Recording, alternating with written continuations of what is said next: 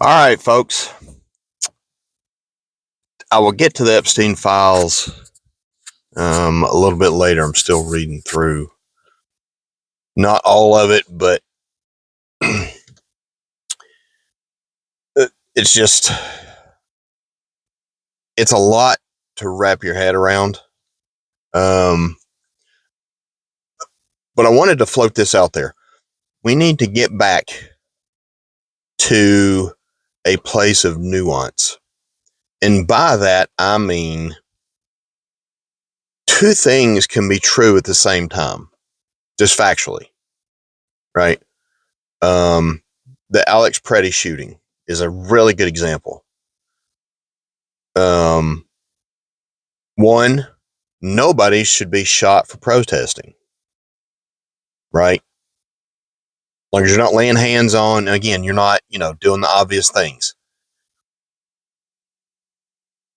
But also, two, if you decide to carry a handgun into a chaotic situation, and also you've also had a run-in within the last week with the same people you're carrying a gun to the chaotic situation, that's just a bad choice.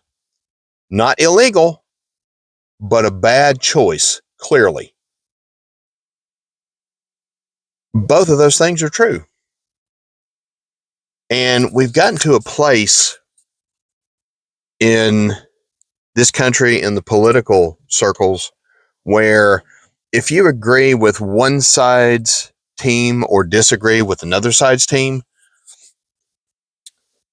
very seldom do someone's points they're trying to make, their stance, get challenged. You just get name called. And it's just so childish. And I've said it before, once you call somebody names, you've lost. Right? You've lost credibility. You've lost, if you were trying to debate or trying to see someone else's point of view, you've lost. And especially with Trump, if you, and I've found this out over the last, 3 months or so, if you are in any way critical of that guy, the hardcore MAGA folks just lose their shit. Like they can't step back, seemingly, at least from my experience. I may, just have the total wackos commenting to me, but it's just strange to me. It doesn't bother me. Say what you want to say. Like, none of that bothers me. But what's interesting to me is you can't look critically at your team. Either side, right? But especially the Republicans. I don't know why that is.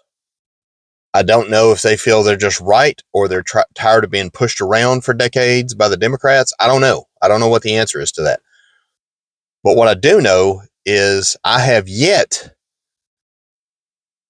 to see anybody in the MAGA coalition to do anything other than justify the dumb shit that Trump's doing. I haven't seen it. The people that are criticizing him are libertarians, are, right of center folks. And I'll disregard the Democrats because they get twisted about everything Trump does. It doesn't matter. But man, if you can't step back for fear of being wrong or the cognitive dissonance you have to have going on in your head to not criticize any politician, but especially your own team, Man, I don't know what to tell you. I mean, we're cooked. We're absolutely cooked. If you wake up in the morning and decide that your side is the only right side and everything they do is justified, then you're wow. Uh, and I've made clear my state. There is no side. There are no teams. The government hates your very existence. And all you have to do is look at what they're doing to the country to discern that. And then that takes a seventh grade level of history understanding. So, and I know social media is not a real place, right? It's not real. Everybody's a keyboard warrior. Everybody's a badass. I get it, blah, blah, blah. But man, just step back. Take a 30,000 foot view of what's going on, specifically with your team. Red or blue, doesn't matter. Take a look at what they're doing. Take a look at what they're saying. Do their actions follow their words? Seldom not. Just think, man. This is part of the dumb voter problem.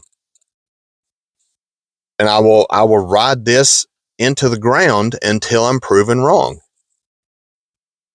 You can't, you can, you shouldn't just vote R all the way down the thing because that's what you do. Like, what does that person stand for? Right? Listen to the other side, for God's sake.